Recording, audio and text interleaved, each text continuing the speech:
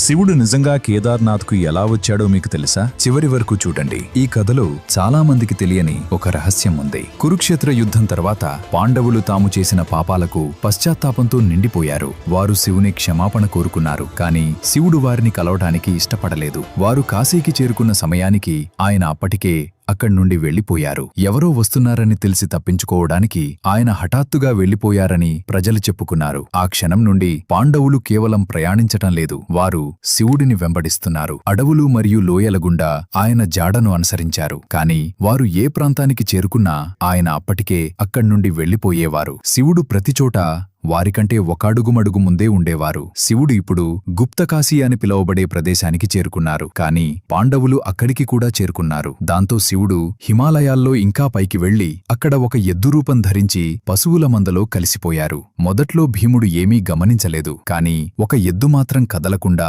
రెప్ప వేయకుండా, గడ్డి తినకుండా తననే చూస్తూ ఉండటం గమనించాడు. భీముడికి అర్థమైపోయింది. అతను తన రూపాన్ని పెంచి పర్వత మార్గాలన్నింటినీ అడ్డుకున్నాడు. ఆ ఎద్దు తప్పించుకోవడానికి ప్రయత్నించినప్పుడు భీముడు దాని తోకను పట్టుకున్నాడు. అప్పుడు ఆ లోయంతా కంపించింది. ఆ ఎద్దు నేలలోకి దూకగా భూమి బద్దలై మంచు విడిపోయింది. ఆ రూపం భూగర్భంలోకి మాయమైపోయింది. కాని దాని పైభాగం మాత్రం ఉపరితలంపై ఉండిపోయింది. ఆ భాగమే కేదార్నాథ్ జ్యోతిర్లింగంగా మారింది. శివుని మిగిలిన రూపాలు మరో 4 హిమాలయ ఆలయాలలో వెలిశాయి. ఆయన చేతులు తుంగనాథ్, ముఖం రుద్రనాథ్, నాభి మధ్యమహేశ్వర్, జుట్టు కల్పేశ్వర్. ఈ 5 పవిత్ర స్థలాలను కలిపి పంచకేదార్ అని పిలుస్తారు. ఈ వీడియోను ప్రతి శివభక్తుడితో పంచుకోండి. ఈ వీడియో మీకు నచ్చినట్లయితే ఓం నమః శివాయ అని కామెంట్ చేయండి.